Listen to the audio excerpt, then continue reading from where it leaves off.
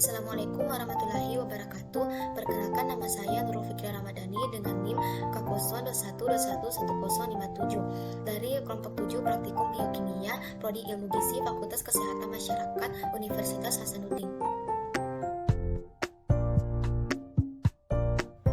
Selanjutnya saya akan menjelaskan mengenai kromatografi kertas asam amino. Kromatografi pertama kali dikembangkan oleh ahli botani dari Rusia, yaitu Mikhail Schmidt pada tahun 1872 sampai 1919 yang melakukan teknik pemisahan pigmen tanaman berwarna. Teknik ini lalu dinamakan kromatografi, yang merupakan gabungan dari dua kata bahasa Yunani, yaitu kroma yang berarti warna dan grafé yang berarti menulis, sehingga awalnya kromatografi berarti menulis dengan warna untuk mengindikasikan pita-pita warna yang diamati oleh Schmidt dalam risetnya. Adapun menurut IMPAD, kromatografi adalah suatu metode yang khususnya digunakan dalam pemisahan komponen-komponen dalam satu sampel yang terdistribusi dalam dua fase, yaitu fase diam dan fase gerak. Fase diam dapat berupa padat atau cairan yang diletakkan di atas padatan atau gel, sedangkan fase gerak dapat berupa gas atau cairan. Kromatografi sendiri terdiri dari beberapa jenis, salah satunya adalah kromatografi kertas. Pada kromatografi kertas, fase diamnya berupa lapisan tipis air yang diserap dari udara oleh kertas sari, dan fase geraknya berupa cairan. Fase gerak yang umumnya digunakan adalah pelarut-pelarut organik atau campurannya, dan atau campuran pelarut organik dengan air. Salah satu pemisahan dengan teknik kromatografi kertas yaitu pemisahan asam amino.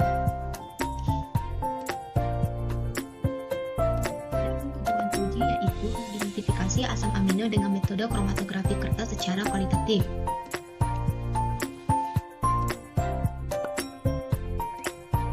Prinsip ujinya yaitu pada kromatografi kertas, fase bergerak yaitu pelarut bergerak melalui serat-serat kertas oleh gaya kapiler, membawa komponen dari campuran dengan kecepatan yang berbeda-beda. Komponen seperti asam amino yang mudah larut dalam fase bergerak akan terbawa naik lebih jauh daripada yang sukar larut. Pada proses, bila perbedaan pergerakan asam-asam amino cukup besar, maka akan terjadi pemisahan dengan baik. Dengan penyemprotan menggunakan perasilin hidrin pada kertas kromatografi, akan tampak noda-noda ungu yang menunjukkan adanya asam amino yang terpisah. Penentuan asam amino dapat dilakukan dengan menghitung harga efek.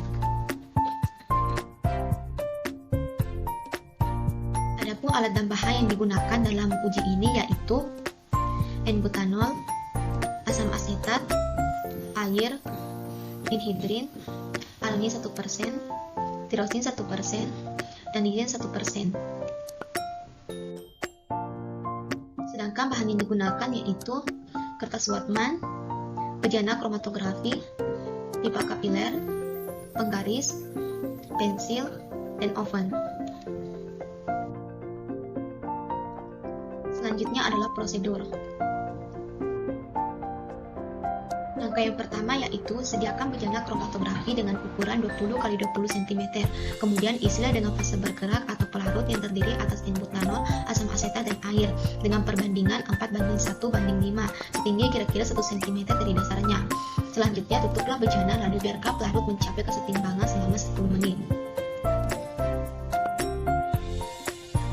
Yang kedua, ambil kertas Whatman nomor 1 yang berukuran 20 x 10 cm. Kemudian tanda garis batas dengan pensil pada jarak 3 cm dari ujung bawah. Fungsi kertas Whatman adalah sebagai penyangga fase diam. Kertas dibuat dari serat selulosa yang merupakan polimer dari gula sederhana, yaitu glukosa. Langkah yang ketiga yaitu beri tanda titik pada garis batas sebanyak 3 buah dengan jarak antar titik 2,5 cm. Totolkan saat uji menggunakan pipa kapiler pada titik A, alanin, T, tirosin, dan L, lisin. Biarkan beberapa saat hingga noda mengering. Adapun fungsi dari penggunaan pipa kapiler yaitu agar tetesan asam amino lebih kecil sehingga tidak menyebar di permukaan kertas. Langkah yang keempat yaitu masukkan kertas ke dalam bejana sebagai ruang kromatografi yang berisi pelarut dengan jalan digantungkan pada bagian atas demikian rupa, sehingga bagian bawah tercelup pelarut. Langkah selanjutnya, biarkan pelarut naik melalui serat-serat kertas sampai batas tertentu, kira-kira 1 cm di bawah bagian atas kertas. Keluarkan kertas lalu keringkan dengan udara terbuka atau menggunakan kipas angin.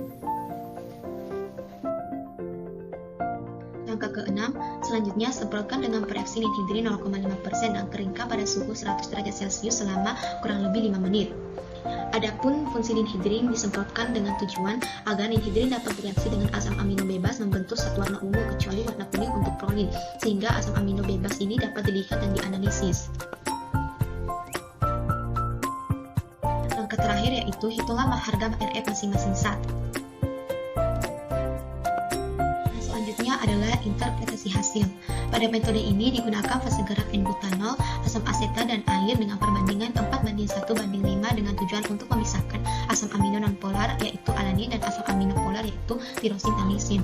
Hasil dari uji kromatografi kertas ini menunjukkan munculnya warna ungu atau kuning sebagai tanda adanya asam amino yang terkandung. Warna ungu ini muncul karena pemberian reaksi dihidrin. Adapun nilai RF yang dihasilkan yaitu alanin memiliki nilai RF 0,22 dan lisin memiliki nilai RF 0,10, sedangkan pada tirosin nilai RF tidak teridentifikasi. Adapun kesimpulan dari uji yang telah dilakukan yaitu berdasarkan hasil interpretasi dapat disimpulkan bahwa kromatografi kertas merupakan salah satu metode sederhana yang digunakan dalam mengidentifikasi uji asam amino. Adapun tujuan dari uji ini yaitu mengidentifikasi asam amino dengan metode kromatografi kertas secara kualitatif. Prinsip dari metode ini adalah fase bergerak atau pelarut bergerak melalui serat-serat kertas oleh gaya kapiler membawa komponen dari campuran dengan kecepatan yang berbeda-beda. Dengan penyemprotan menggunakan prasinidhidrin pada kertas kromatografi akan tampak noda-noda ungu yang menunjukkan adanya asam amino yang terpisah. Penentuan asam amino dapat dilakukan dengan menghitung harga RF. Adapun LO yang digunakan dalam metode ini yaitu N-butanol, asam asetat, dan air dengan perbandingan 4:1:5.